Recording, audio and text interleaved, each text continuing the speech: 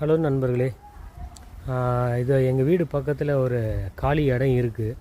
So அது இதில் என்ன வேஸ்ட் பண்ணக்கூடாதுன்னு சொல்லிட்டு நம்ம வீட்டுக்கு தேவையான செடிங்க, இந்த சப்போட்டா பழம், இப்போ தான் ஒரு 1 வீக் ஆகுது இந்த லெமன் செடி வச்சு. அதுக்கப்புறம் செவ்வாழை, அதுக்கப்புறம் மல்லிகை, மாங்காய் ரகம், அதுக்கப்புறம் செந்தூரா, தேங்காய் செடிங்க, முருங்கைக்காய், அதுக்கப்புறம் இன்னொரு முந்தவாழை கனி கூட இருக்குது. அதுக்கப்புறம் கருவேப்பிலை. ஸோ இதெல்லாம் நான் வச்சாச்சு. இதுக்கு தண்ணி என்ன பண்ணுறதுன்னு சொல்லிட்டு சொட்டு நீர் தான் போட்டேன்.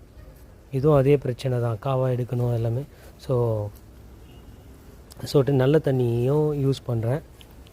அதே சமயம் இந்த சீவேஜ் வாட்டர்னால் நாங்கள் யூஸ் பண்ணுற தண்ணி, நாங்கள் அதுக்கு ஒரு சம்பு வச்சிட்ருக்குறோம்.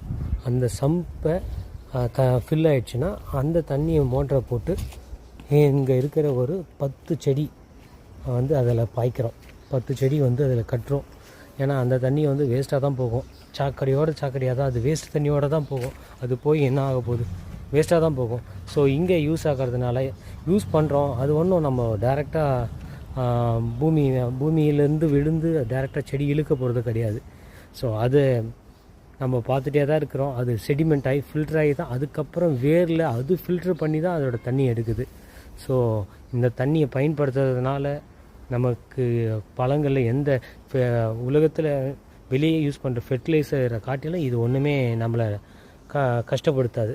ஸோ அந்த தண்ணியை வேஸ்ட் பண்ணாமல் இதை யூஸ் பண்ணிவிட்டு இந்த சின்ன குட்டி தோட்டம் வீட்டு பக்கத்தில் இருக்கிற சின்ன இடத்துல இந்த விவசாயமும் பண்ணிகிட்ருக்கிறேன். ஸோ என்னால் முடிஞ்ச அளவுக்கு என்ன நான் ட்ரை பண்ணணுமோ எல்லாத்தையும் நான் ட்ரை பண்ணிகிட்ருக்கிறேன். இந்த